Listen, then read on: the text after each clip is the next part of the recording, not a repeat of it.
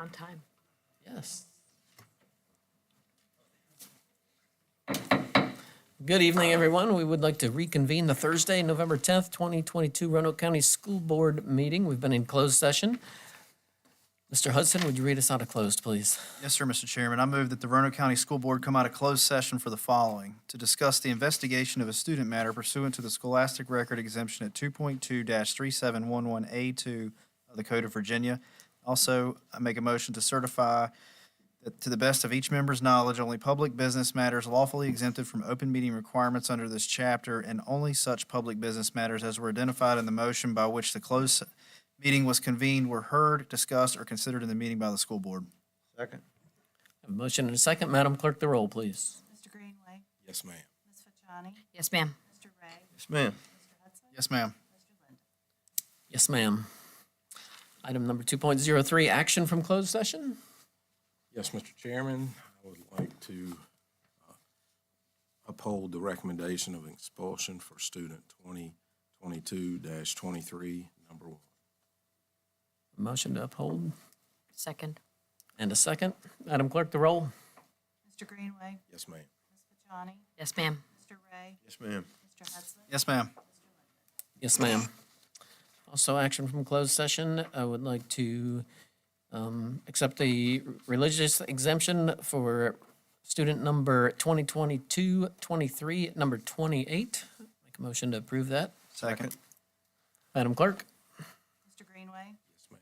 Ms. Fachani, Yes, ma'am. Mr. Ray, ma'am. Mr. Hudson, Yes, ma'am. Yes, ma'am.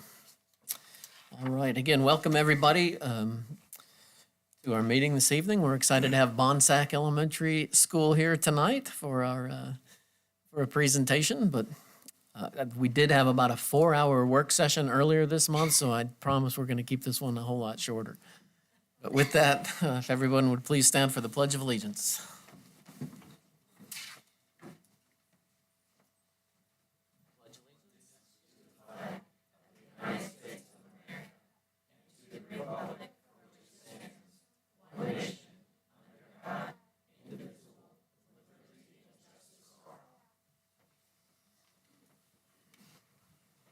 All right, item number 4, announcement of changes in the agenda. Anybody? Mr. Chairman, I make a motion to approve the agenda as presented. Second. A motion and a second. Madam Clerk, the roll, please. Greenway, Yes, ma'am. Ms. Fachani, Yes, ma'am. Mr. Ray, Yes, ma'am. Mr. Hudson, Yes, ma'am. Mr. Linden. Yes, ma'am. All right, item number 5, presentations and recognitions. 5.01, recognition of staff for exemplary service after a bus accident. Miss Melanie Fisher.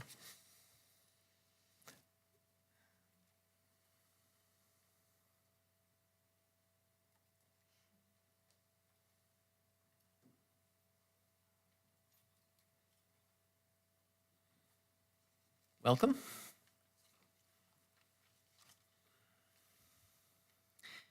Chairman Linden, members of the board, Dr. Nicely, thank you for having us. I am Melanie Fisher, the assistant principal at Burton Center for Arts and Technology. Mr. Kish sends his regrets that he cannot be here tonight. He is currently in Ohio celebrating the life of a family member who recently passed. So I'm speaking on his behalf this evening. Those joining me here are Kevin Anderson, instructional assistant, and Margaret Bechet, also an instructional assistant. Thank you. I didn't see you come in. Melissa Welch, bus driver. I also want to acknowledge the presence of Miss Green, Mr. Parker, and Miss King. They are here because they wanted to be a part of this well-deserved honor for these folks tonight. As Miss Bechet works at Northside High School, Mr. Anderson is a staff member at Cave Spring, and Miss Welch, the bus driver, works with Miss King. So thank you all for joining us here this evening. At 10:30 a.m. on October 24th, 2022, these folks being honored here tonight were in a bus coming back to Burton from downtown Roanoke when another vehicle ran a stoplight at the intersection at Shenandoah and 5th. The impact of the bus striking that vehicle was loud and jarring and terrifying for everyone on board. After the initial shock of the impact, obvious priority for these staff members was ensuring the physical and mental welfare of the children in their care. The students were at the forefront of their thought and action despite such chaos in the early moments of the accident. The bus video shows not just the loud, jarring, and terrifying moments of the crash, but it also reveals the heroism that was displayed by these staff members. Miss Morgan McCoy, the program lead teacher, unfortunately was not able to be with us this evening. She was thrown to the ground on the bus. Mr. Anderson here suffered an injury. Miss Bechet was thrown forward in her seat, and Miss Welch faced the full brunt of the collision as she was driving. These staff members put the well-being of our students in the care ahead of their own care and deserve to be commended for their bravery and service for our students. Ms. McCoy got onto her feet immediately and began checking on the students, and Mr. Anderson followed right behind her. Ms. Bechet was comforting a student who was visibly and audibly shaken, and Ms. Welch immediately got on the radio to seek assistance. The wreck was scary and ugly. However, the reaction of these 4 staff members was courageous and beautiful. We are so sorry that this happened to you and to our students, and we are so thankful that each of you jumped right into action to care for them. So everyone, if you would please join me in thanking these courageous staff members.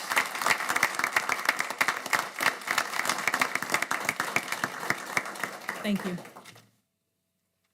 Well, thank you. We've got some certificates here, but beforehand, I know I saw pictures of that on the news that day, and it was incredibly, obviously, the impact was quite jarring and scary, and we do appreciate everything you guys did to comfort those students during that time.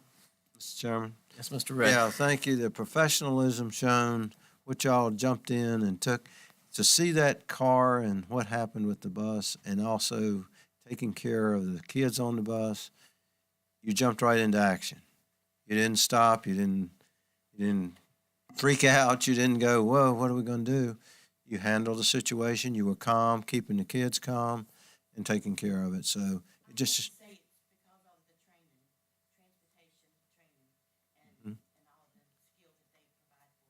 And we're glad to hear.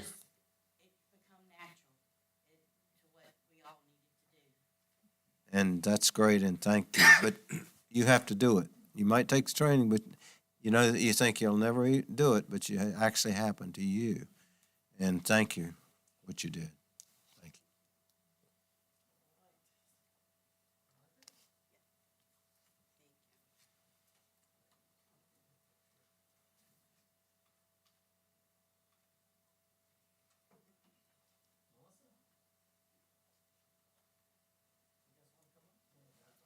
Everybody, Wait till you do everybody. let you break the camera. And then we'll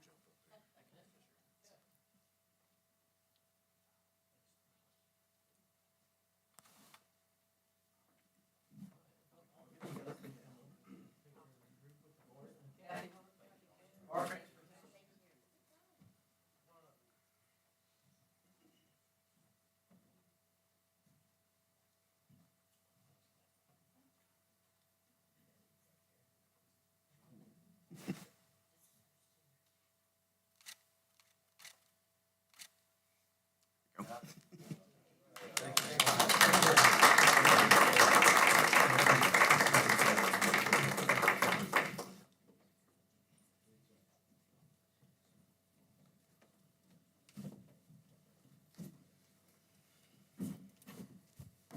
Mr. Chairman, I don't think it gets said often enough, but bus drivers, I feel like, may be the second most important folks in our school division. You've Because of said the number that. of kids they transport. And You've mentioned that many times, and I think we all agree. Yeah. Definitely. absolutely. Very pleased with the job they do. Item 5.02, recognition of American Education Week. Superintendent Nicely.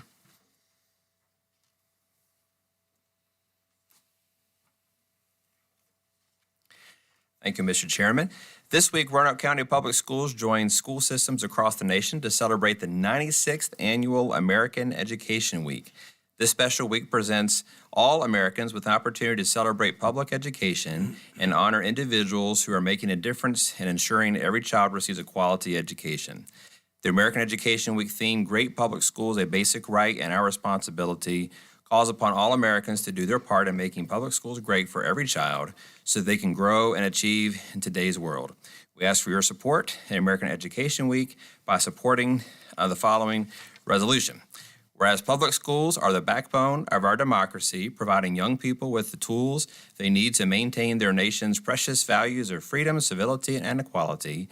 And whereas by equipping young Americans with both practical skills and broader intellectual abilities, schools give them hope for and access to a productive future. And whereas education employees, be they substitute educators, custodians, teachers, bus drivers, librarians, work tirelessly to serve our children and communities with care and professionalism. And whereas schools are community catalysts, bringing together adults and children, educators and volunteers, business leaders, and elected officials in a common enterprise, now therefore, the Roanoke County School Board does recognize November 13th through 19th, which is next week, as the annual observance of American Education Week. And all of our schools will appreciate the generosity of the school board, who annually contributes $100 to each school to the principal can plan a celebration that they do for their school. So thank you for your support. Thank you. Item 5.03, the school spotlight, Bonsack Elementary School. Mr. Riley. I'm going to introduce our Spotlight School. You've already mentioned tonight we've got Bonsack Elementary here. And of course, this Spotlight, I think, has quickly become one of the highlights of the board meetings as we have an opportunity to just see the amazing things that are going on in our classrooms across the division. So without any further delay, I'm going to turn things over to Ms. Leanne Leftwich and her staff.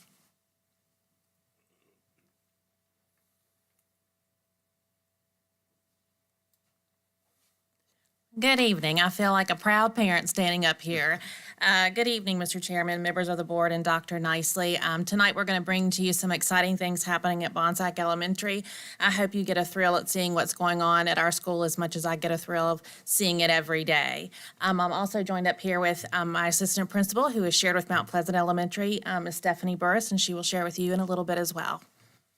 So Bonsack Elementary School is bordering Botetourt, and that's the Reed Mountain that you see right there behind. I think it's one of the newer elementary schools in Roanoke County, and it's a beautiful setting. Anybody that comes there always talks about the setting and how gorgeous it is, and I have to admit, it's beautiful.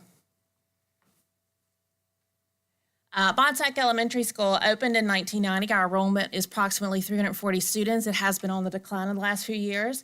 Bonsack houses a regional program for preschoolers with autism. We have 8 students in that program. There are 9 different languages spoken at Bonsack, and our goal is for every staff member, student, and family to feel connected and grow from being a part of our school. Whoop.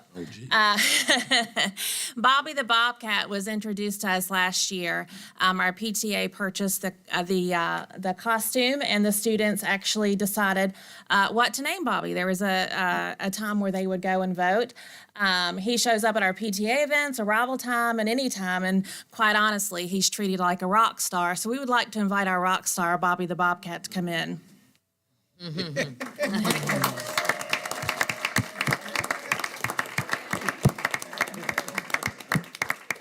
Right here, Bobby.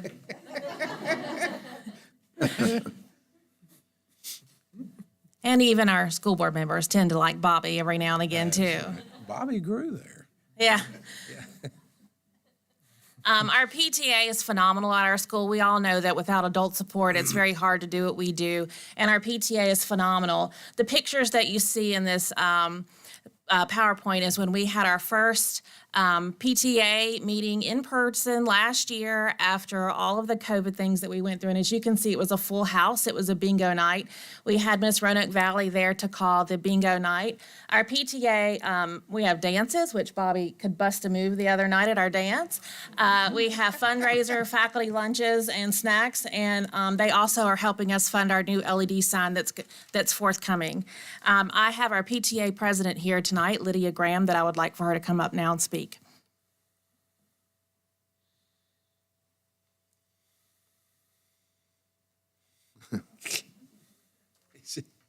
Good evening. My name is Lydia Branningham Payne, and I'm honored to be part of the Bonsack Elementary PTA Board. Our goal is to help solidify the school community by creating fun activities that families can participate in with the great Bonsack staff. We want all of the families, kids, and staff at Bonsack to feel included and part of the Bobcat family. To achieve this sense of community, we hosted our first annual family Halloween costume dance in October with over 250 people in attendance. We've hosted a bingo night with Miss Roanoke Valley, and we're planning on a morning with Santa in December. To show our appreciation to the Bonsack staff, we hold monthly treats from the popcorn bar to help brighten their day. Our local community also partners with us to provide lunch to the staff several times a year. The PTA is a great team, and we're all really grateful to be part of what makes Bonsack Elementary so special.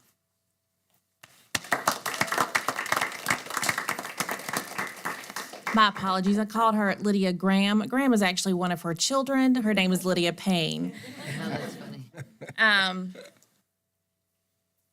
So we also partner with a lot of our community that surrounds us. So as you can see here, we have partnerships with the sheriffs and fire departments. Up in the top left-hand circle, you see our deputy sheriffs outside actually playing sports and games with the kids when they go outside. They really try hard to make those community connections. And then around those circles, you also see the fire department coming and joining us last year. A part of that, we also have our Soup for Seniors, which is a great drive that we're actually starting to do again. And we have tons of support. The kids actually love it, and they bring in tons of food for our area seniors. Bonsack also partners with Lowe's Families to beautify Bonsack. Last year, they planted a lot of bulbs, and Lowe's was very kind enough to give us a discount to help us plant those bulbs as well. Girls on the Run, actually, I was unable to see our girls from the Run today. They ran their practice 5K because they will be doing their actual 5K in December. But this is the pictures that we had from last spring. They always have it at Green Hill Park, I believe. On the right, you see those are our faculty members actually being buddies that actually run with our girls. And in the middle, you see the great participation that we have from a lot of the girls that come in.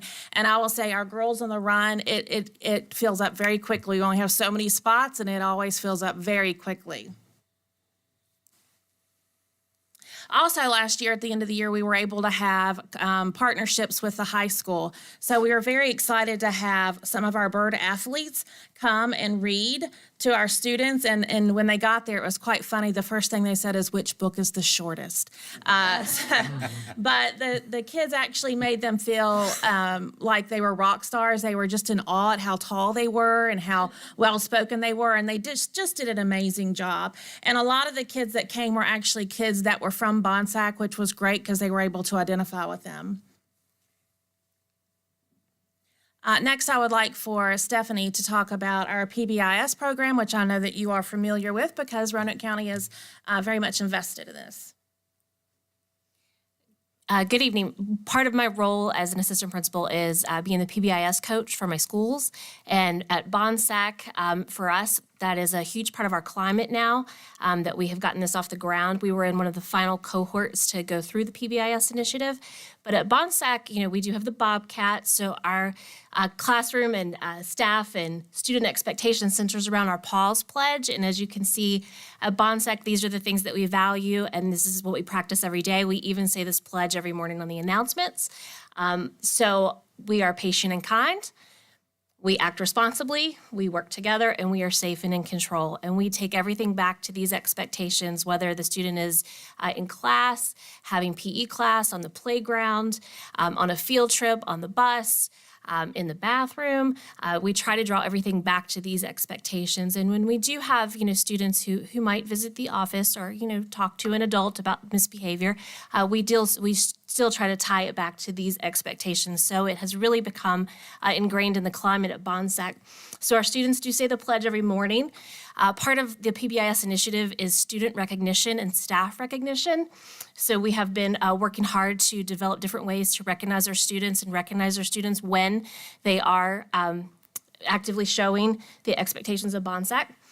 One of the ways that we do that for our classrooms is every classroom has a marble jar. And they are awarded marbles as a class, not just, hey, good job, but they're awarded for very specific demonstrations of these expectations. And when they fill up their marble jar, the class gets some sort of prize or recognition for that. And then they bring it to the office where we have a giant marble jar. And as you can see, it's quite celebrated when that giant marble jar gets filled.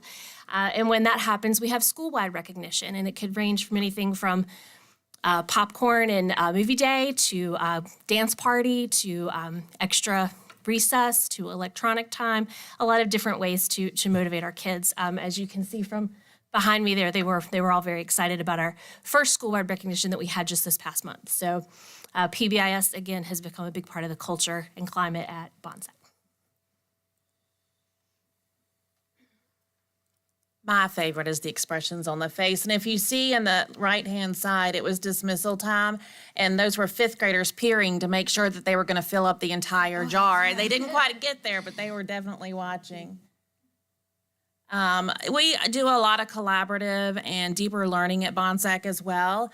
A tradition that we have over at Bonsack is the balloons over Bonsack, which actually we're going to do this month. The students collaborate to make their own balloon designs, and then we have a parade in the school, and we play music, and the kids parade around, and it's really neat. The kids come up with it. As you can see, some of them even had like shirts. They already knew what they were going to do. I mean, they really get into it. We also have something new this year that we sort of somewhat implemented last year. We have the science lab. The science lab is one of our in-cap rooms, and fourth and fifth grade use it heavily. They go in there and they have a lot of self-discovery on science concepts. They have experiments and they're encouraged, and they have a lot of deeper learning experiences. The bottom left-hand corner, again, is my favorite because of the expression. They were working on circuits, and he actually saw a circuit at that time, and that was his expression. And there is some more STEM and collaborative learning that you see with some of our younger students. They were taking math outside. This was back COVID when they were trying to do some things outside so they could be mask-free. And as you can see, they were trying to guesstimate or estimate how long the cubes were. And they were doing that together, and they were in little groups. And then the other two pictures were when they had like set up shop for the day, and they were talking about how their needs and wants and how to earn and buy things. Small group is very important at Bonsack. We do that daily, and it's nothing for you to walk in a room and see small group going on all the time. This is one of the programs that we have implemented. We have the RISE program, which stands for Reading Inspire Students Excel. It's intensive daily intervention in reading and writing and phonemic awareness, and I have scores to prove how well it has really helped our second and third grade kids, and it's just an amazing program. We also have engaging activities. Like I said, it's nothing to go around Bonsack and see kids doing things here in the hallway. You see them working on math problems or doing, we call them scoots. And then you also see the small group instructions with the older students. Technology is used also on a daily basis, so I appreciate all the technologies that was purchased. They use it every day. It is something that will never go away in our life anymore, and our kids use it for every subject. Now you may ask, I've talked a lot, but I have invited some parents and students to talk. I have invited a parent that has only been our parent for a very short while, Bonnie Reedy, and I also have her daughter, Emma Grace Reedy. And then I have one of our SCA members, Landry Miller. They are going to come and talk a little bit about Bonsack. I don't know what they're going to say. I just told them to talk about Bonsack and whatever they would like to say.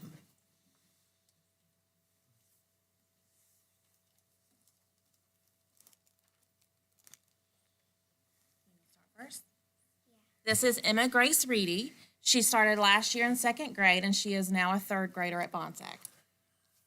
Members of the school board and Dr. Nicely, I am here today to tell you some of my favorite things about my school. My name is Emma Grace Reedy, and I am in third grade at Bonsack Elementary School. I love Bonsack because my teachers are kind and helpful. Another thing I love about Bonsack is that there are so many fun encore classes.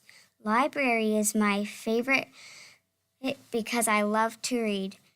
I also love all the fun clubs I get to do, like Girls on the Run and Student Council. Yeah. Ms. Hinckley and Miss Leftwich are the most helpful people I've met at Bonsack. Ms. Hinckley is my school counselor, and I get to eat lunch with her every Tuesday, and she is also my coach for Girls on the Run. Ms. Leftwich keeps all of us safe, and I miss her on the weekends. She tells me good morning and goodbye every day at the front door, and she gives the best hugs. There are so many things I love about Bonsack that I couldn't talk about them all. Thanks for listening.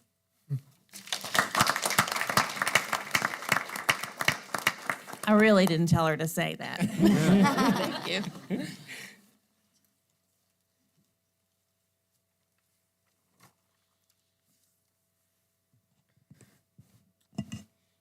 Hello, Roanoke County.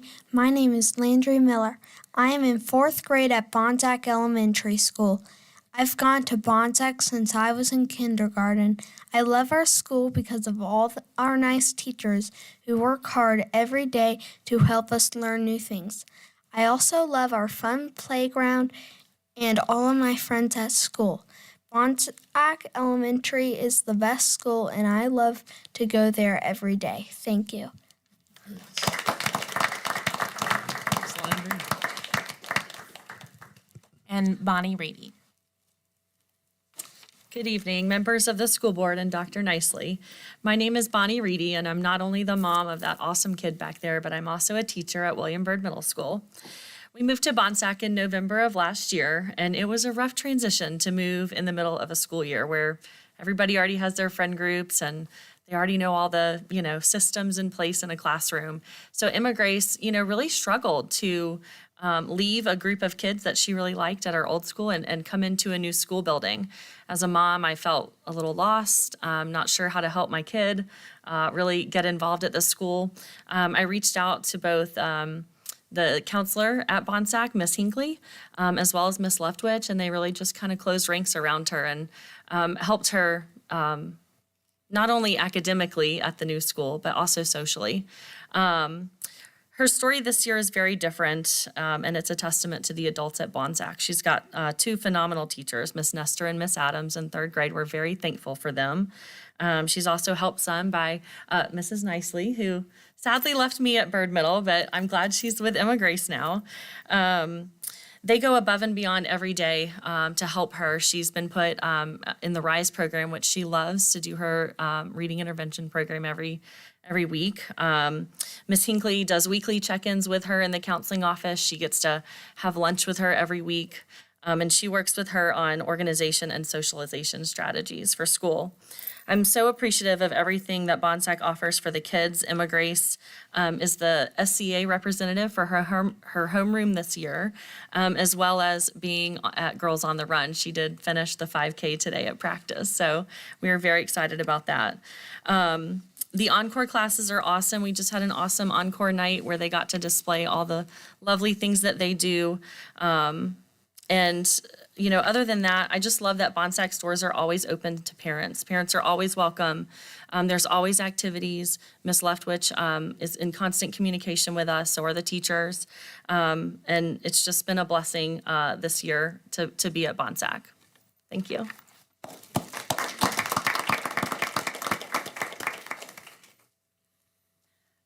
Lastly, I would like to talk a little bit about our successes. We have received the Virginia Department of Education Exemplar Awards. We have strong academic performance. We have a high staff retention rate. We have a new playground coming to be installed this year. We're very excited. An LED sign is to be installed this year. In the past 4 years, a Bonsack teacher has been recognized as a finalist or a winner of the Golden Apple Award. A pilot program is what we started this year for student-led conferences being started in our 3rd grade class, where the students actually bring in the parents and talk to them about their progress and presentation on that. We're very excited for that to happen in February. A significant amount of money has been raised for the American Heart Association. And our staff is very dedicated to making sure that each student grows. I'm very proud of the school that I walk to every day. It's a great school. It's a great place to be. And I appreciate you so much in letting me share a little bit about the school that I get the privilege to go to every day. So thank you. Thank you. Yes, thank you, Mr. Chairman. So, Ms. Leftwich, y'all, it's such a testament when you see the parents back here that come out to one of these functions because, we'll have a couple here and there, but that PTA group is phenomenal. They are. And I wish that enthusiasm would rub off on all, and we have great schools with others, but you're really engaged, the temperature of that community and the things that are going on, and when they have an event, I see each one of you there. And it's just amazing how well y'all wrap your arms around that school and those kids. And, there's a lot of schools that we may worry a little bit about. Bonsac's not one of them. Mm-hmm. We think we've got an absolute winner, and y'all are doing great things over there. We appreciate everything y'all do over there. And that community is absolutely lucky to have every one of you. So thank you. Thank you. Yeah, I couldn't agree with Mr. Greenway more. The community pride over there in Bonsack and the job that you guys are doing along with your PTA. I mean, just tremendous work. Came to the back to school night again this year, and just to see the excitement on the kids' faces there at Bonsack as most kids think, I don't want to go back to school. They were so excited to get back into your school that day. It was just so heartwarming to see the level of excitement and what you guys do for all those students. So thank you very much. Thank you. Mr. Chairman, how about that Bobby Bobcat? Yeah, Bobby. That's what I was going to say. The energy that he has is really bringing excitement to the school, I imagine. So. I will mention Bobby is a sundry of personalities, and this one happens to be a former person who attended our school and is now coming back to enjoy Bobby privileges. They love it.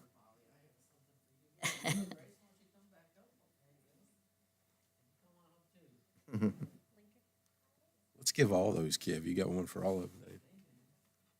If you're from Bonsack tonight, would you please stand up?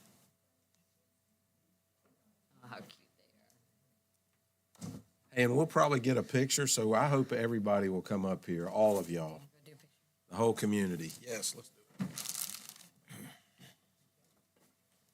Y'all all come up here. Everybody.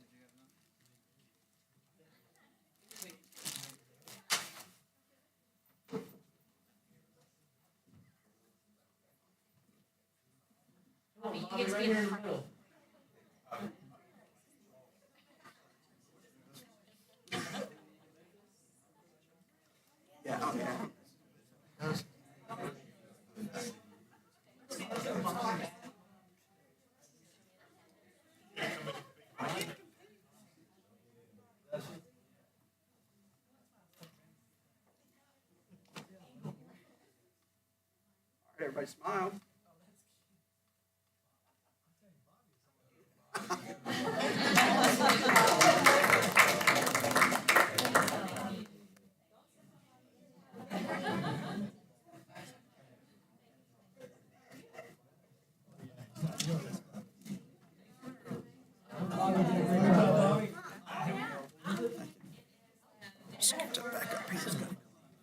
Yep. Be a lot better.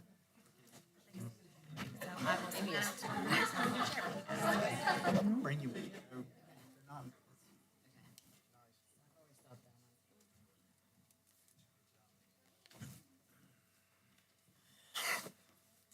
All right, on to the next item. Item number 6, report by Student Advisory Council. Ms. Emma Rasharu. No? So, Good evening, Mr. Chairman, Mr. Vice Chairman, members of the board, and Dr. Nicely. I'm Emma Rasharu, a senior at Cave Spring High School, and I'm excited to have the opportunity to present tonight's report as the senior representative of the SAC for the 2022-2023 school year. This year has already been full of fun and collaboration for the Student Advisory Council. We began this year with our annual reception in which returning members of the SAC had the opportunity to welcome our newest members and their families to the council.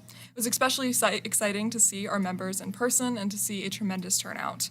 Our members continued their involvement by attending our annual retreat. This year, the SAC received the exciting opportunity to hold this year's retreat at Explorer Park, where our members embarked on the Treetop Ropes course, where each member learned to support one another through difficult obstacles, utilizing critical thinking skills and communication, facing fears, and collaborating towards the finish line. Furthermore, our members had the opportunity to hear from Dr. Nicely and hold thoughtful discussion to kick off a year of commitment and of leadership. Since the retreat, we have held 2 meetings. Our first meeting on October 5th, we had the pleasure of hearing from Mrs. Nancy Hands, the Executive Director of the Prevention Council here in Roanoke. Mrs. Hands informed the SAC on the impact of phone usage on teens and on society, providing us information on a phone usage campaign with our SAC members had the opportunity to take back to their principals for school-based discussion. At our second meeting on November 2nd, the SAC began discussing our goals for our annual conference and how we can achieve them. Also at this meeting, each member wrote 2 thank you cards, one to an underappreciated staff member and another to a favorite teachers of theirs. Some of our members even wrote to a previous elementary school teacher, which I believe is not only a testament to the impact teachers make on students' lives, but the community that Roanoke County Public Schools has created through their faculty. In closing, this year I look forward to implementing a student feedback portion of my reports, where I will gather feedback from members of the SAC, which provides consensus insight into students' perspectives across Roanoke County schools. Across our 2 meetings, I have learned from members consistent expression that students are especially grateful for the reemergence of pre-COVID activities such as homecoming dances, pep rallies, an increase in clubs, and school events such as Cave Spring High School's first annual trunk or treat and Hidden Valley High School's senior/freshman mentorship program. I, of course, thank you all for your continuous support of the Student Advisory Council, and I look forward to continuing this year with you. Thank you. Thank you. Can I ask a question? You may. What did the advisory committee decide about the cell phone blackout, or did you guys discuss that at all? Yes, so we did. So as a committee, we believe that we are not at hands to be able to, with our annual conference and with the once-a-month meetings, we aren't able to fully take on the force of such a campaign. So what we have done is our SAC members have been encouraged to take that campaign back to their personal schools.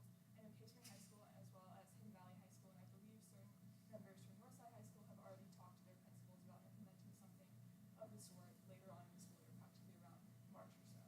Okay. Thank you. Thank you. All right, item number 7, hearing of citizens and delegations. We have none this evening.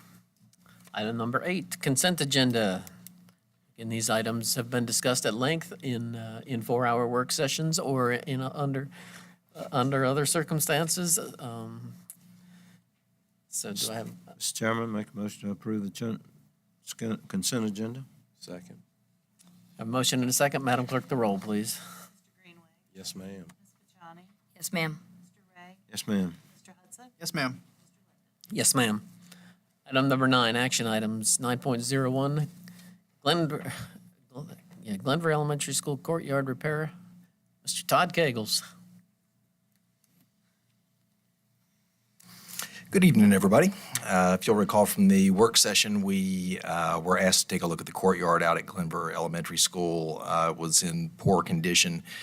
It's used by a regional preschool program that has kids with unique needs. They have unique access needs and accessibility needs, and the condition of the surface was preventing that from being used effectively, and honestly, it wasn't safe at the time. We've since made some small improvements to make it safe, but it's still not accessible to them easily. So we're proposing to, Mark, actually, if you could pull up, that was just the photos of the current condition, but Mark, if you'd go all the way to the, thank you, yes. We've worked with Carolina Rec, who's currently doing our playgrounds at our other schools, and we've come up, and the school as well, and we've come up with a plan to install the rubber poured-in-place material over that mulch and dirt that you saw in the photographs, and then provide some basic playground equipment there as well. Their quote is a little over $75,000. We're asking that $85,000 be appropriated from minor capital and the additional accounts for doing some paint work in that courtyard and some other improvements right there in that area. Any questions? No? Mr. Chairman, I make the motion that we move forward with this. Second. All right. A motion and a second to approve $85,000. Madam Clerk, the roll. Yes, ma'am. Yes, ma'am. Yes, ma'am. Yes, ma'am. Yes, ma'am. Thank you. Thank you, Mr. Kegels. Item 9.02, June 30th, 2022 audit and year-end results. Ms. Susan Peterson. Good evening, Mr. Chairman, members of the board. I would like to take a little bit of time to present our audit, introduce our auditor, and then I will go over our surplus with you. Tonight, we bring before you the final audited annual comprehensive financial report. This is known as the ACFR. This is for the year ended June 30th, 2022. The publication is attached to board docs, and you have a copy by you on your dais, or you were provided one earlier today. The ACFR is a detailed presentation of the financial condition and activities for the past year and is our final step in the budgeting cycle here at Roanoke County Public Schools. Although there is a lot of valuable information in the entire book, the management's discussion analysis, beginning on page 18, is a good narrative introduction and analytical review of our financial activities and results for the year. In prior years' ACFR, we implemented accounting regulation GASB 84 and recognized our student activity funds as major special revenue funds rather than a fiduciary fund. This is our second year of presenting our student activity funds this way.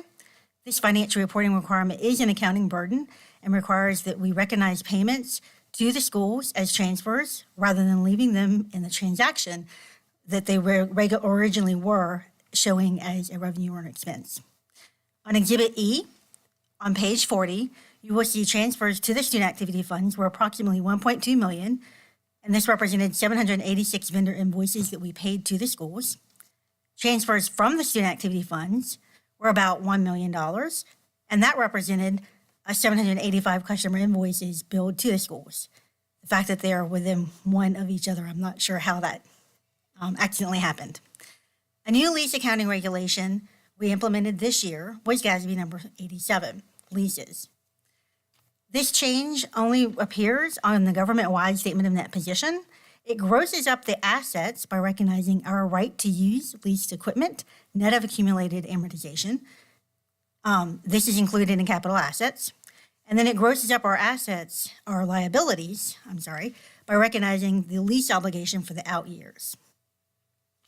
We have 7 technology leases that we recognize in this manner. The school division began using leases in fiscal year 2014 as a way to continue to afford the LAP program and other technology needs throughout the system. There has been no change in how we budget or how our fund statements recognize these expenses. This is literally just a government-wide reporting change pushed down by GASB. Our independent accounting firm, Brown Edwards, performed the audit of our ACFR. Mr. Banta, who is here with me tonight, is the managing partner for our engagement.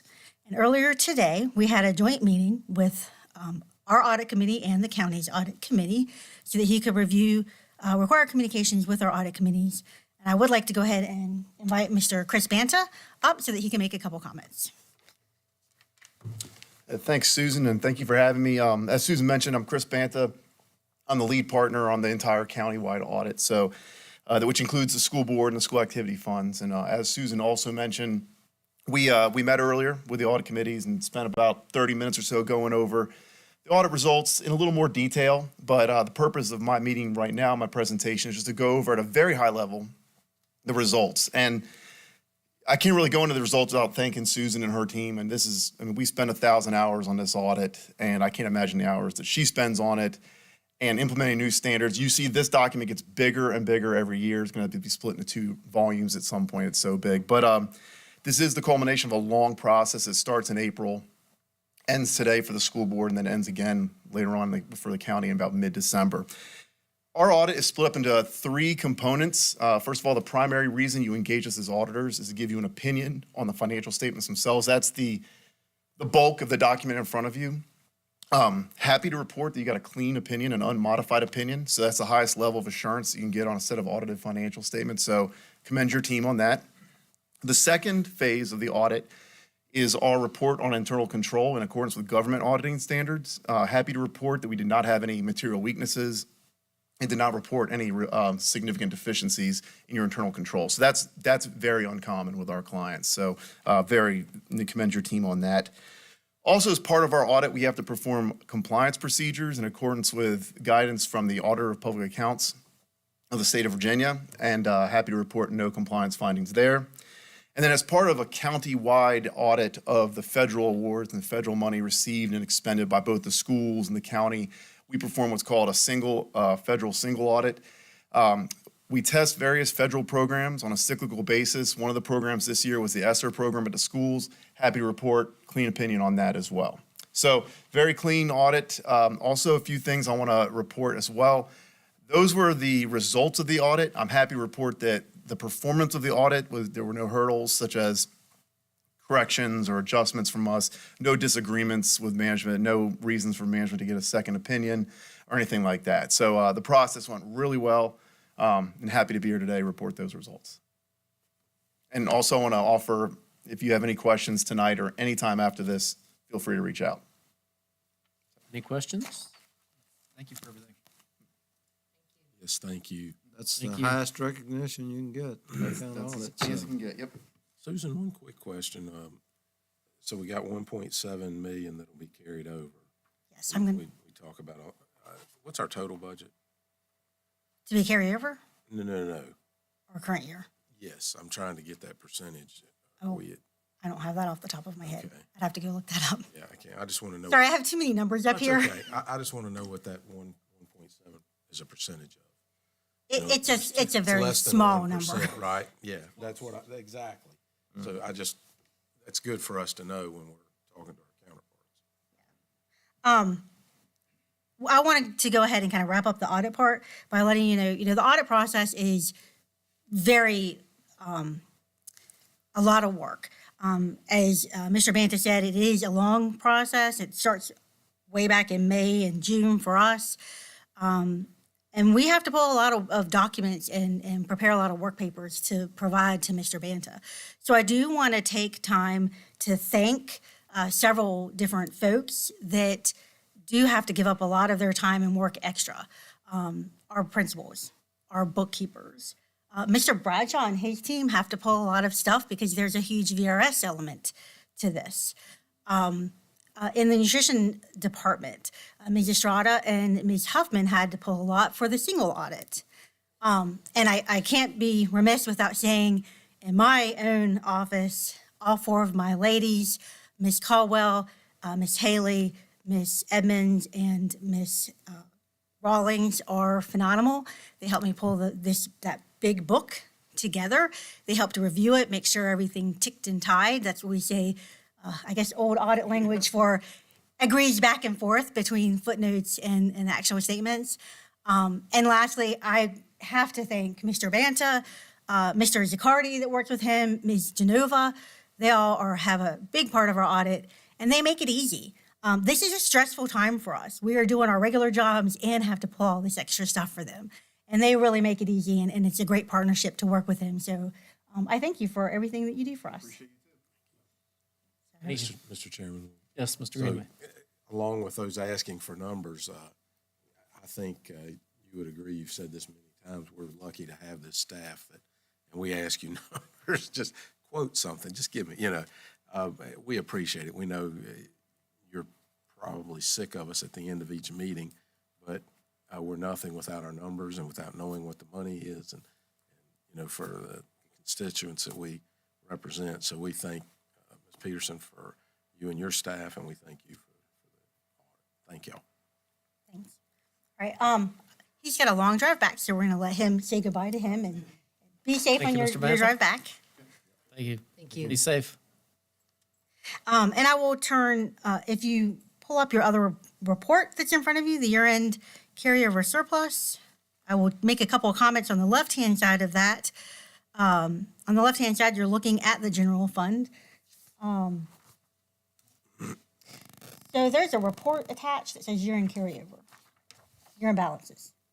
Yes. So on the left-hand side is what I'll be talking about for the next couple of minutes. First off, we ended the year with a very small revenue surplus of only $66,644.35. I would like to remind you that this was our full year of operating in full operation since the pandemic brought everything to a halt in March of 2020. And while the state provided additional funds for a 5% raise, they turned around and took away no loss funding and learning loss funding that they had provided us in the prior year.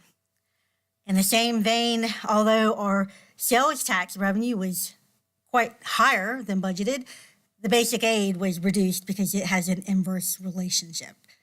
So there's a trend here. And I think Ms. Fashani said it once in the past, we're just shuffling the pots of money around. And that does seem like what we do oftentimes. We did budget this year 149 students less than what we ended up. So you would have thought that we would have ended up with a larger surplus in revenue than what we had. But if you remember back in last December, we were noticing that our trends were higher. We were also facing issues with attracting and retaining good instructional assistants and folks at our lower pay end. And so we brought forth to the school board a request to increase their pay rate mid-year, which is very unusual. And we funded this with the additional revenue expected to see from the state. And so with your approval and the Board of Supervisors' approval, we pretty much budgeted and ate through all of that extra budget money from the increased ADM. Local revenues were also lower in the budget. However, this was related directly to the warranty work we do on computers, and our related expenditures were lower too. This is reflected in the IT services surplus of budget later on under the departmental section. And so that was kind of an offsetting itself. All of this was offset by being conservative in our estimate for Medicaid, and we received about $273,000 more in Medicaid than what we had budgeted. And I'll be honest, when we budgeted Medicaid, we kind of pushed the envelope a little bit. And then we got even more from that. So the ladies that do our billing for Medicaid, huge kudos to them. They really do help us out. And it is a really important service that we have at the school system. Moving on down the report for fiscal year, we saw personnel savings of $1.1 million. This is less than 1% of what we contracted for our employees. And some people may think that that would be enough to give another raise, and maybe we should have thought about that.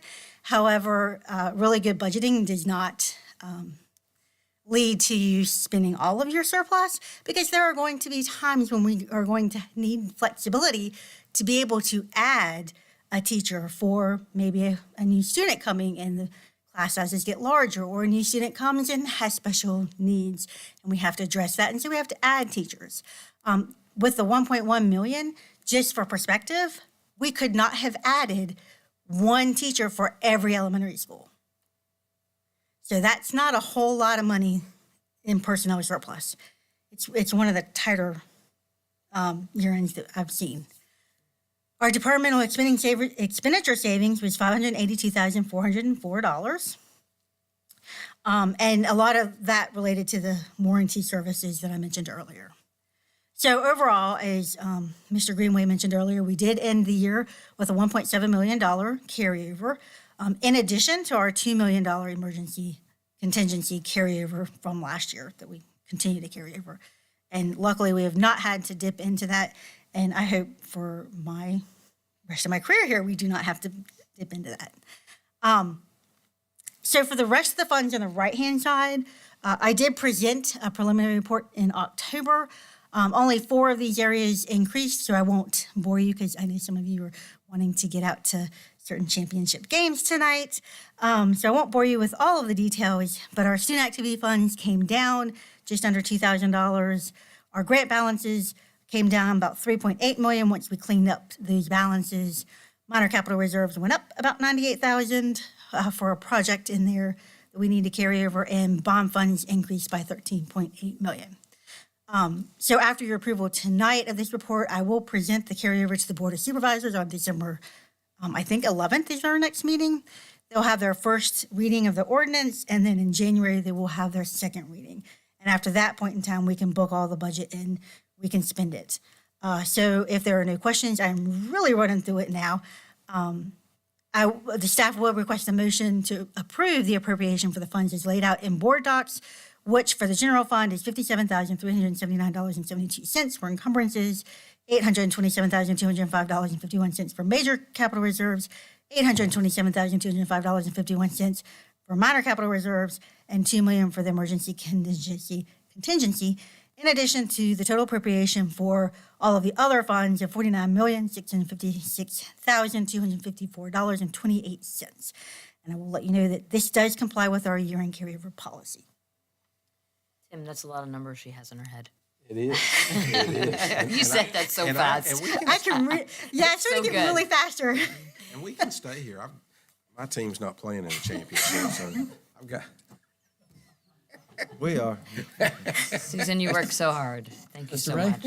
Yeah, would, Susan, for just the sake of, since people don't, in our work session, could you tell about the internal funds, which are our health insurance funds, and how much, we carry over, and this is, we're self-insured, and, just to explain a little bit about why we have to have that kind of, that's that amount of money in that reserve account? Sure. So down near the bottom of the right-hand side of the report, we do have internal service funds. We have a health insurance fund, a dental insurance fund, and a risk management fund. These are pretty high dollar amounts. There's $6.4 million to carry over in the health insurance fund. This is the fund that we have set aside because we are self-insured for health insurance, which that means that when an employee who carries our insurance goes to the doctor, we actually pay that claim cost instead of Anthem paying that claim cost. So we have to have reserves in there to be able to fund the cost of the claim and the cost of the administration. We are slightly over where, I can't remember exactly, I don't have the number off the top of my head, where the insurance company said that we needed to be. However, with things ramping up and medical costs increasing as they are, that's probably a good balance to hold in there for the foreseeable future, especially when we look into adding a new plan or changing carriers, because we are going through an RFP right now. So we are not sure what we're going to see out of this RFP. And so we certainly wouldn't want to make any changes to that balance at this point. Also, we fund the OPEB trust fund at the bottom of that using part of the health insurance fund. The dental insurance fund is really a smaller one. That's where we pay the dental company the fund. We just collect all the premiums and pay the dental insurance company for your dental services. And then the risk management fund is what we have set aside. We are part of a pool for workers' compensation, and this represents workers' compensation and how much money we have set aside. Oftentimes, our claims are, $200,000-300,000 a year, which is about how much we put in there every year. However, if one claim can be extremely high. And so we want to make sure that we have enough in there to cover these one-offs. Thank you. I'm glad to explain that so the people that are watching can understand what that account is and that we are self-insured. We pay them to administer it, but then we'll end up self-insured. So Yep. we have to keep that reserve. So thank you. Yes. Any other questions? With that, I would like to make a motion to approve the June 30th, 2022 audit and year-end results as submitted by Ms. Peterson. Second. Motion and a second. Madam Clerk, the roll, please. Mr. Greenway. Yes, ma'am. Ms. Buchani. Yes, ma'am. Mr. Ray. Yes, ma'am. Mr. Hudson. Yes, ma'am. Mr. Linden. Yes, ma'am. Thank you. Thank you, Ms. Peterson. Thank you. Before we go any further in the agenda, it appears as though there's somebody in the audience here this evening possibly working on a service badge, and we always like to hear if you might just come up and tell us what you're working on and why you're coming to see us. If you don't mind.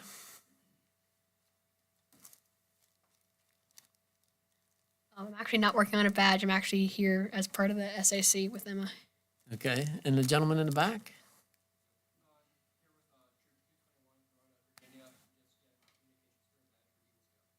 Eagle Scout. Very good.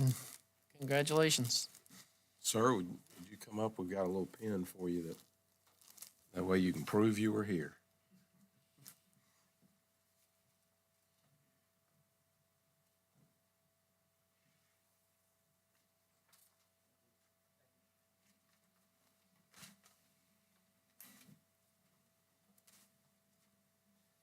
All right, next, item number 10, information agenda. Item 10.01, recommended new policy 6.62A, sexually explicit content and instructional materials. Mr. Riley. Yes, sir. Mr. Chairman, board members, Dr. Nicely. This recommended new policy is in response to an amendment to the Code of Virginia that requires school divisions to adopt policies that ensure parental notification of any instructional material that includes sexually explicit content, allows parents to review identified material, and requires school divisions to provide alternative instructional material to any student whose parents request it. The VDOE developed model policies for divisions to utilize to meet these requirements. This draft policy utilizes the model policy along with an accompanying administrative regulation to ensure that Roanoke County Public Schools is in compliance with the code requirements. Specifically, the following procedures would be followed. Teachers, in the consultation with the school and division instructional leaders, determine which instructional materials, if any, contain sexually explicit content based on the definitions provided in this policy. The identification of instructional materials containing sexually explicit content would normally take place prior to the start of the school year, and if this is adopted, of course, we would do that for materials coming up in the second semester. Whether identified instructional materials meet the definition of sexually explicit content would be verified by not only the teacher, but the principal and the instructional content supervisor for the academic subject area, utilizing a checklist that is attached to the administrative regulations that will be on the screen here. There's a checklist that the teacher would fill out.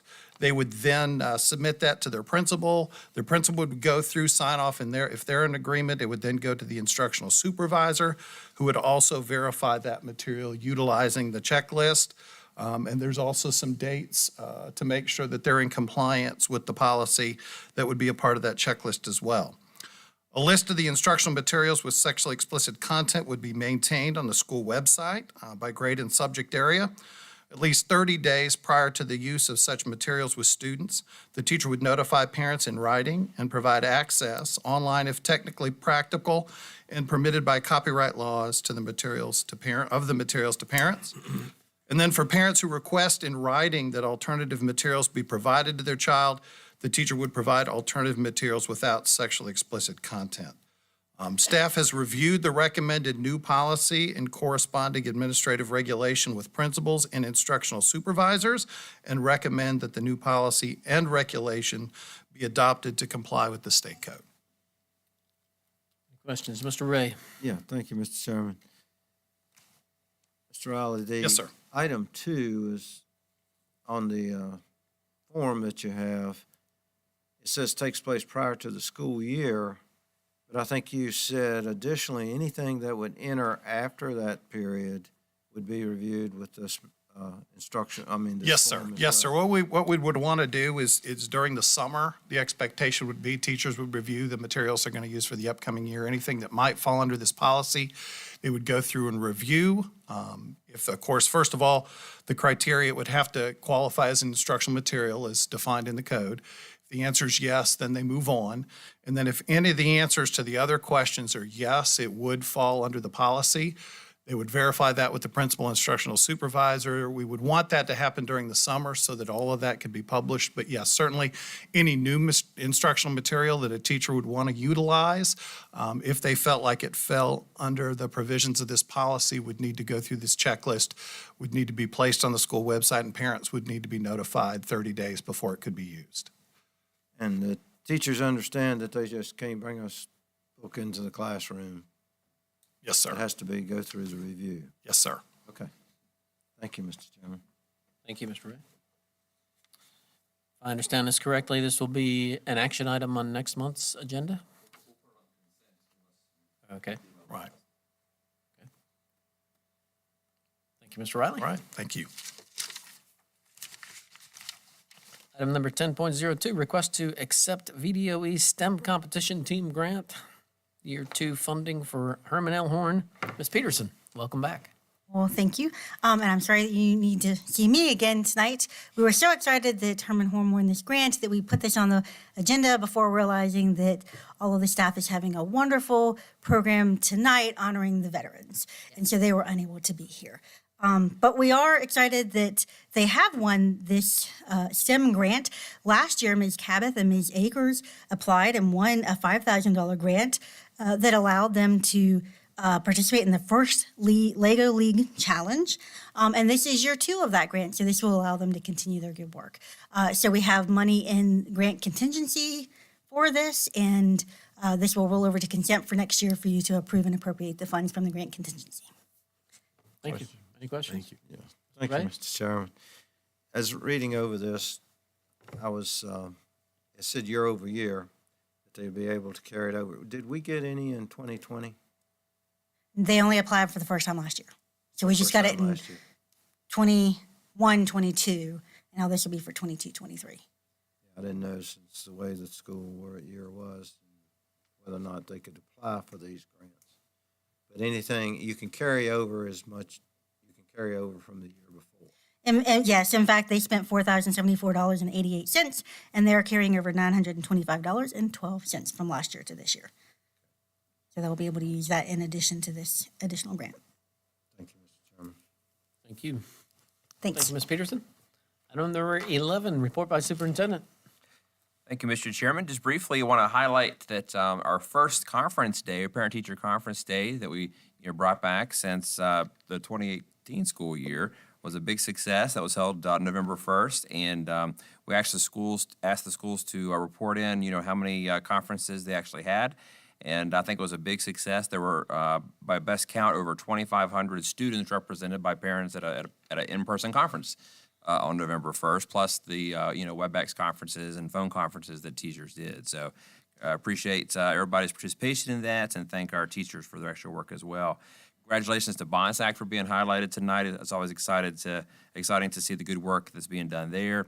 In addition to Herman L. Horn getting that STEM grant for $5,000, tomorrow morning over at the new Burlington store at Tanglewood, Mount Pleasant Elementary is also being awarded a $5,000 donation from the Burlington schools. It was awarded to the closest Title I school to that location. So Mount Pleasant was the lucky winner of that. So they'll be getting that tomorrow. So congratulations to them. Very proud of that. That'll go to teachers to use in the classrooms. American Education Week, of course, we highlighted. Just want to say how proud we are of all of our school staff and thank them for all their hard work. I was at Green Valley Elementary School this morning for my school visits and loved visiting classrooms. I just wanted to highlight how observant our kindergartners are, because I love when I go in. Of course, some of them, they're not shy at all, have no filter. Who are you? Who are you? What are you doing? And one of them I was talking to, I won't name her, but, I'll show her my badge, and I made the mistake of saying, well, do you think that looks like me? And she, very bluntly and transparently replied, yes, but maybe your hair's a little different color. So I thought that was very observant by our kindergartners and love seeing those observations. Friday, of course, is Veterans Day, and I just want to recognize all of our veterans and thank them for their service to our country, and thank all of our schools for the programs they're doing to recognize our veterans. Thank you, Dr. Nicely. Item number 12, reports and inquiries of board members. We'll start down with Mr. Ray tonight. All right, thank you, Mr. Chairman. Of course, we're in the playoffs tonight with Bassett at Bassett, so we certainly wish the Knights good luck tonight, so they can continue on.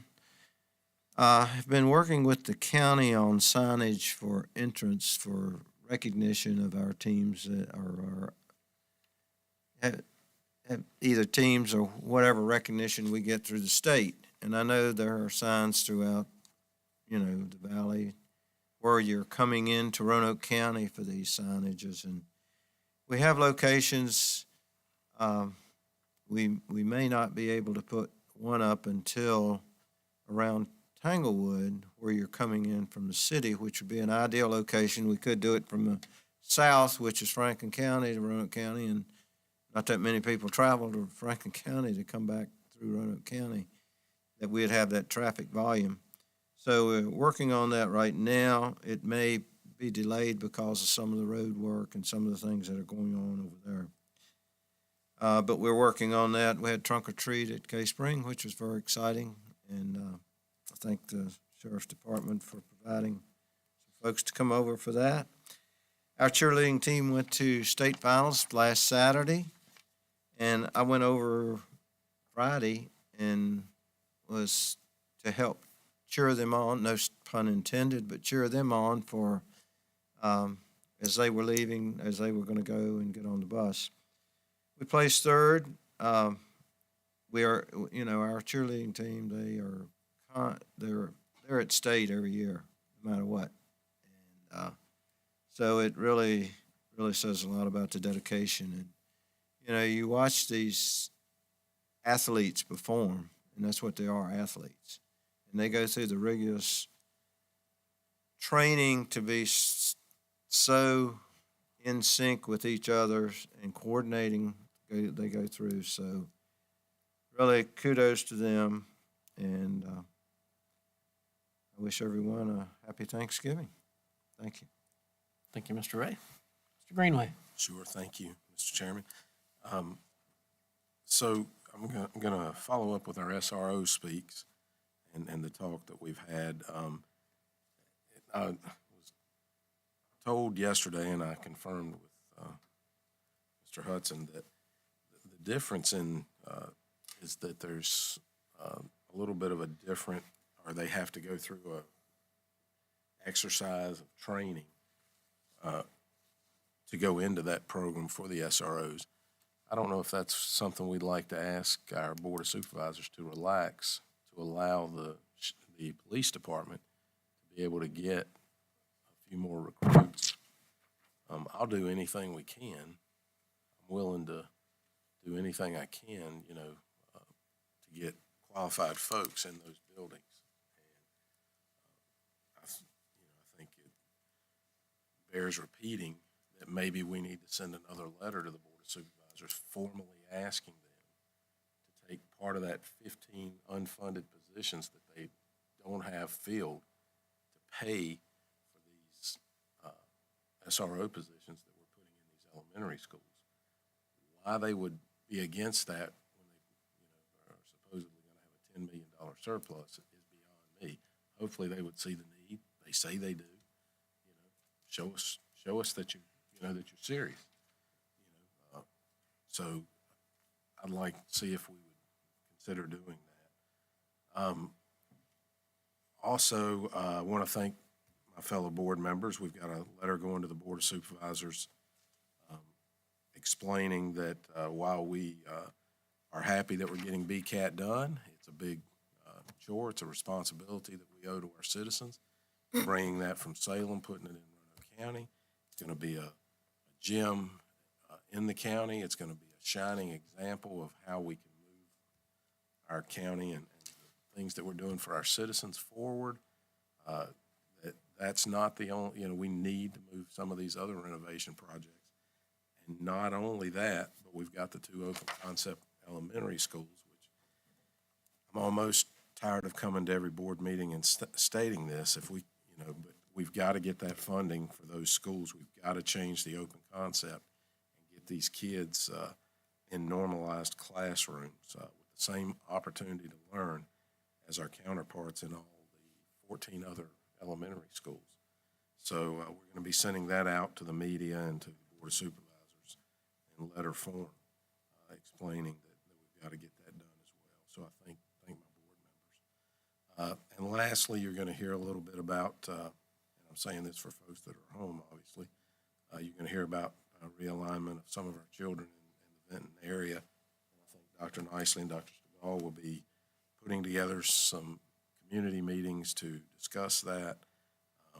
We're going to have to, these open concepts at Cundiff, we've got to reduce that footprint of 500 kids in that school and bring it. We're going to move some kids over to Horn. We're going to take some of these kids from Horn and we're going to move them down to Bonsack, where our numbers have dipped for for student enrollment. So school was built for somewhere in the neighborhood of 500 in Bonsack, 485, whatever it is. We started out at 400 kids down there, and now we're down to 300. So it's we've got some classrooms that we can utilize. And while I'm not a huge fan of this, I think it's we've got to do something to relieve a little bit of the pressure of those open classrooms. And then we'll see how it goes from there and where we go from there, depending on whether we get the funding to fix these or if we need to, reduce the class sizes even more. We'll just see. So that's all I have. As Mr. Ray said, happy Thanksgiving. We got a lot to be thankful for. We just came through an election that is our God-given right, and there are many countries in this world, whether you agree with this one getting elected or that one getting elected, there are many countries in this world that would like the same right to have a free vote and not be manipulated. And I thank God and I thank our for living in this country to have that right. So thank you. Thank you, Mr. Greenway. Ms. Fashani. I thought you were going to skip me tonight. How could we? Well, I just want to say thank you to the Prevention Council and Nancy Hands and her crew, the Nancys, for allowing us to have Laura Stack come on in. It was a successful event. I want to thank the principals for allowing that to happen. And I know that we're going to be moving forward and inviting her back to hit those other schools. The feedback that I heard from the students was very positive. I got some from other parents contacting me and sending me texts and saying, wow, my kid came home and said that there was this presentation, and for the first time, somebody wasn't talking at them. They were talking to them and explaining some things, and they didn't talk down. And I thought that was very interesting, and it certainly seemed to me to be a very effective message. So thank you, Nancy, and to your team and the Prevention Council and to Laura Stack herself. I want to briefly thank Central Office for allowing me to show up in a unicorn outfit and give out trick or treat. I was the only board member that showed up, so next year you guys better up I'm your not game. putting on a unicorn. Well, just something, just something. But Ken was dressed as Bob the Builder, and you guys were yourselves, I believe.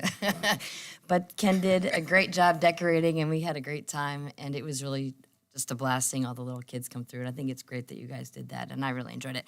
I had so much fun dressing up at Central Office that I went ahead and dressed up at all my schools, visited all my schools in the same unicorn outfit. And I bumped into the preschooler unicorns again, and we had some hugs, so that was fun. The kids just look like they're having a great time dressing up this year, and I'm so happy that a majority of the principals, at least at my school, allowed their kids to dress up and have fun, and that's important. So, yes, it was great. I had the opportunity and privilege to see Mr. Bradshaw today. He did a great job at Green Valley Elementary. There was a Veterans Day program. It was fantastic. The word on the street was that really, and Mike, you didn't lie, it was really, truly amazing. All the kids sang. Terry Hartley came out, and she spoke to the children about the aircraft that she flew at one time. Jim, I don't know, what do you call it? You were conducting, yes, thank you. And what was the name of your organization, the 29th Division? Yep. And I learned a lot about them, and I thought that was really cool. So I had no idea that you were doing all that. It's really fantastic. But it was an excellent program, and I have to admit I did have tears in my eyes. My grandfather served in the 101st Airborne Division, and he just died a couple years ago, and I really owe it to him, my patriotism, because he served for our country. He was a band of brothers. Thank you to the Bonsack community. That was a great presentation. The mountains were beautiful in that picture, very impressive. I just want to say I think it's great that they're doing the RISE program. That's one of my favorite programs.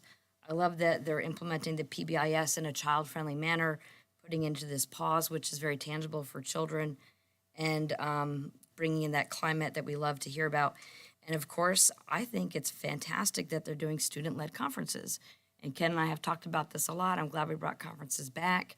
When children take ownership and they can relate to their parents what they're doing, it's amazing the progress that you can see. So that was very impressive to me that they're doing student-led conferences. So thank you for thinking outside of the box on that. I think I had a couple more things. I'm sorry, I'm talking a lot tonight. We have cross-country on Saturday at Green Hill Park. We have 3 cross-country state student athletes that are competing in states, rather, for Green Hill Park. Hidden Valley High School is in their quarterfinals on Saturday at 1:30, so come on out and support them. Let's see, I think that was it. Oh, and I just want to thank those, the folks, let's see, Miss McCoy, Miss Anderson, and Miss Bechet, who jumped into action. That was impressive, and I think it's great that we honored them and showed them our appreciation tonight. Everybody have a happy Thanksgiving. Oh, wait, one more thing. Ken, sorry. Listen to this. I didn't get to tell you this. And I only mentioned this because you already mentioned the hair. I was working at the polls, and I always ask questions, you know that, right? And there was this woman who was volunteering as well, and she was a former Hidden Valley Middle School librarian. And I said, well, who was your favorite principal? Because you have to ask these questions. Sorry, but she also knows you're the current superintendent. And she said, Ken Nicely. And then she said, I am surprised, though, his hair has turned gray. I'm sure it must be. Anyway, everybody, happy Thanksgiving. We have a lot to be grateful for this year. Thank you. Thank you, Ms. Fashani. Mr. Hudson. Yes, sir. I'd like to thank Susan and her team for the outstanding report we got today from the audit team. That's great.